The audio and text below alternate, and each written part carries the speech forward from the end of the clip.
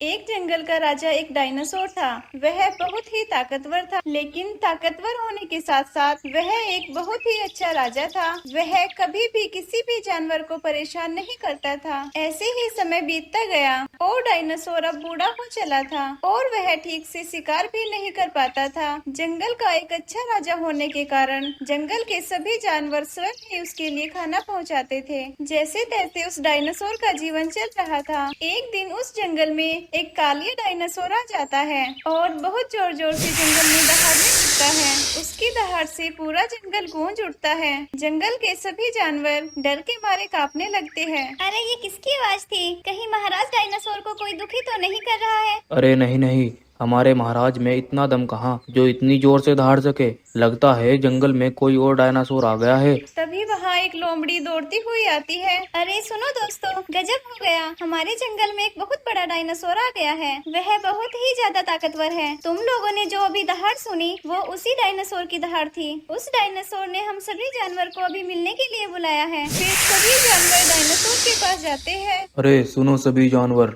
आज से जंगल पर मेरा राज होगा।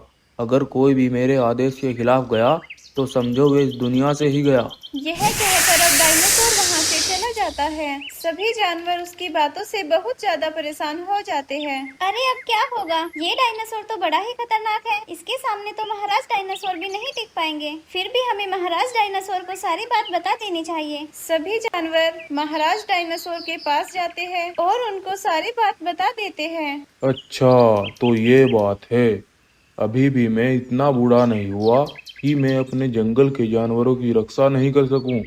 उस डायनासोर की इतनी हिम्मत कि मेरे जंगल के जानवरों पर रौब जमाए।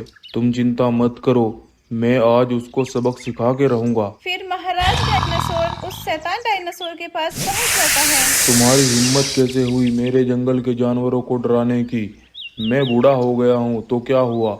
मैं अभी भी तुम्हें धूल चटा सकता हूँ। अरे ओ डायनासोर, क्यों अपना बुढ़ापा खराब करना चाहता है? जा चला जा यहाँ से, नहीं तो तेरी एक दो हड्डी टूट गई तो मुझे मत कहना।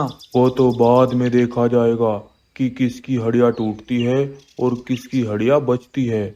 ऐसा बोलकर दोनों डायनासोर में भयंकर लड़ाई हो जाती है। महाराज डायनासोर कुछ देर तो उसका सामना करता है, पर बुढ़ापे की वजह से वह जल्दी ही थक जाता है और वह शैतान डायनासोर महाराज डायनासोर को काफी घायल कर देता है। क्यों रे डायनासोर, मैंने तुझे कहा था ना, तुम्हारे बस की बात नहीं है। अब जाओ, जाकर अपनी गुफा में अपने मरने का इंतजार करो। महाराज डायनासोर जैसे ही अपनी गुफा पर पहुंचता है तो सभी जानवर महाराज की ऐसी हालत देखकर बहुत दुखी होते हैं। अरे ये क्या हुआ? महाराज तो बहुत घायल हो गए हैं। अब हमें उस शैतान डायनासोर से कौन बचाएगा? तभी एक सांड बोलता है। दोस्तों, मेरे पास एक आइडिया है, शायद वो काम कर जाए। क्या आइडिया है भाई, जल्दी से बताओ। फिर वह सांड सबको अपना आइडिया बता देता है। उस आइडिया के अनुसार लोमड़ी उस शैतान डायनासोर के पास पहुंचती है। महाराज आप तो बहुत ही ज्यादा ताकतवर है। आपने उस बूढ़े डायनासोर को अच्छा सबक सिखाया है। कब से वो हमारे टुकड़ों पर पल रहा था।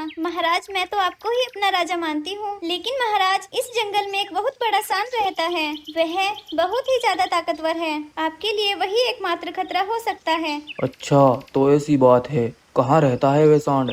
चलो मुझे उसके पास ले चलो, मैं अभी उसे जान से मार दूंगा।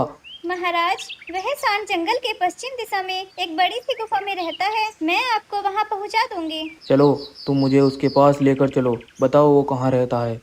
फिर वह शैतान डायनासोर और लोमड़ी उस गुफा के सामने पहुंच जाते हैं। महाराज यही है वह गुफा। वह सांड इस गुफा के अंदर ही रहता है। आप अंदर जाकर उसे खत्म कर दीजिए। मैं यहीं बाहर रुकती हूँ। फिर वह डायनासोर गुफा के अंदर चला जाता है। जैसे ही वह डायनासोर गुफा के अंदर घुसता है तो गुफा के पीछे छिपा एक हाथी एक बड़े से पत्थर से गुफा को बंद कर देता है और वह शैतान डायनासोर गुफा के अंदर फंस जाता है और काफी दिन भूखा रहने के कारण तड़प तड़प के वहीं पर मर जाता है। इस तरह जंगल के सभी जानवर अपनी चतुराई से बच जाते हैं।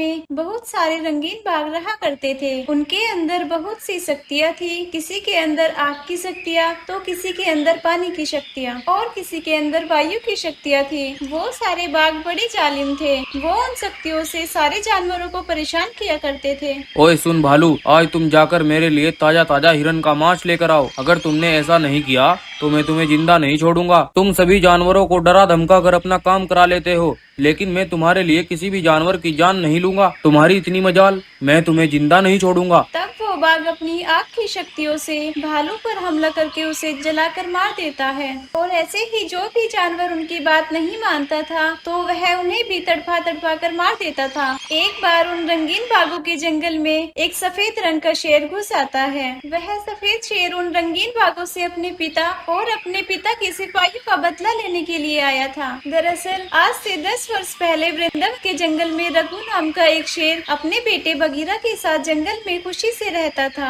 रघु शेर की एक रंगीन शेरों की सेना थी जो बहुत ताकतवर थी। यह ताकत इसीलिए थी क्योंकि उन सभी शेरों के अंदर अलग अलग तरह की शक्तियाँ थी। वह अपनी सभी शक्तियों से जंगल के सभी जानवरों की मदद किया करते थे। एक बार एक हरे रंग का शेर दूसरे जंगल में टहलने के लिए जाता है। उस जंगल में बहुत ज्यादा गर्मी थी। तभी हरे रंग का शेर अब जंगल में उस भालू के पास आता है और कहता है, अरे सुनो सुनो शेर भाई, इस गर्मी की वजह से इस जंगल के नदी तालाब सूख गए हैं। अब मेरे बच्चे पानी के कारण तड़प रहे हैं। अब तुम ही बताओ मैं क्या करूं और कहां से पानी लाऊं? तुम चिंता मत करो भालू, मैं अभी पानी का बंदोबस्त करता हूं। तभी हरे रंग का शेर अपनी पानी की शक्तियों से एक तालाब पानी से भर देता है। ये देख भालू बहुत खुश होता है, लेकिन उसे ऐसा करता देख एक रंगीन बाघ देख लेता है और वह हरे के शेर का उसके जंगल तक पीछा करता है। सभी शेरों को देखकर बाघ बोलता है, अच्छा तो ये है जादुई शेर। मुझे लगता है ये सभी शेरों का राजा है। सभी रंगीन शेर इस जादुई शेर के गुलाम है। मुझे ये बात बंटी महाराज को बतानी होगी। तब वह बाघ अपने जंगल पहुंचता है और अपने महाराज से कहता है, सुनो सुनो महाराज, मैंने जंगल में कुछ जादुई रंगीन शेर देखे हैं। उनके अंदर बहुत सी शक्तियाँ हैं। अगर हम उनसे उनकी शक्तियाँ छीन ले तो हम बहुत शक्तिशाली हो जाएंगे। यह सुनकर बंटी बाघ बहुत ज्यादा लालच में आ जाता है। तब वह अपनी रंगीन सेना को लेकर उनके जंगल में पहुंचता है। वह पूरे दिन सबसे छिपकर पूरे जंगल की निगरानी करता है और रात के समय बाघ देखता है। वह सभी शेर अपनी शक्तियों को एक मनी के अंदर रख देते हैं। दरअसल वो हर रोज ऐसा ही करते थे क्योंकि रात के समय वो शक्तियाँ काम नहीं करती थी, इसीलिए वह सारी शक्तियों को एक जगह इकट्ठा कर देते थे। यह सब देख बंटी बाघ बहुत ज्यादा खुश हो जाता है। अरे वाह, अब तो मजा आ गया। अब हम आसानी से इन शक्तियों को हासिल कर सकते हैं। हा हा हा। तब सभी रंगीन शेर वहाँ से चले जाते हैं। तब रघु शेर को अकेला पाकर बाघ उस पे हमला करके उसे जान से मार देता है और रघु को मारकर उस मनी को अपने साथ ले जाता है। ये सब गुफा में खड़ा बगीरा सब देख रहा था, लेकिन वो डर के मारे कुछ भी नहीं कर पाता। और आज बगीरा उसी का बदला लेने रंगीन बागों के जंगल में पहुँचता है। अच्छा तो ये है रंगीन बागों का राजा बंटी। आज रात में इनसे शक्तियाँ छीन कर ही रहूंगा। बगीरा और जंगल में रहने वाले सभी जानवरों से एक खुफिया जगह पर मिलता है और कहता है, सुनो भाइयों, मैं जानता हूँ तुम उन रंगीन बागों से बहुत परेशान हो, लेकिन मैं तुम्हें उनसे मुक्ति दिला सकता हूँ। आज रात को तुम सभी को उन रंगीन शेरों को अपने घर पर दावत पर बुलाना होगा। तब गाय बंटी बाघ के पास जाती है और कहती है, अरे सुनो सुनो बंटी बाघ, आज रात आप सभी रंगीन बागों की दावत हमारे घर पर है। हमने तुम्हारी दावत के लिए ताजे मांस का बंदोबस्त कर रखा है, सब आ जाना। ये हुई ना बात। अगर तुम रोज ऐसे ही दावत का इंतजाम करोगे तो हम तुम्हें कोई नुकसान नहीं पहुँचाएंगे। तब सभी रंगीन बाघ उन सभी शक्तियों को मनी के अंदर इकट्ठा करके जानवर के पास गाय की दावत में शामिल होते हैं और मजे से दावत का आनंद लेते हैं। उधर बगीरा बाघ की गुफा पर जाकर अपनी मनी को हासिल कर लेता है और सुबह होने पर उस मनी की शक्तियों से बगीरा सभी रंगीन बाघों को एक पिंजरे में हमेशा हमेशा के लिए बंद कर देता है। सभी जानवर उनसे छुटकारा पाकर बहुत खुश होते हैं और उसके बाद बगीरा और जंगल के सभी जानवर हंसी खुशी से जंगल में रहने लगते हैं।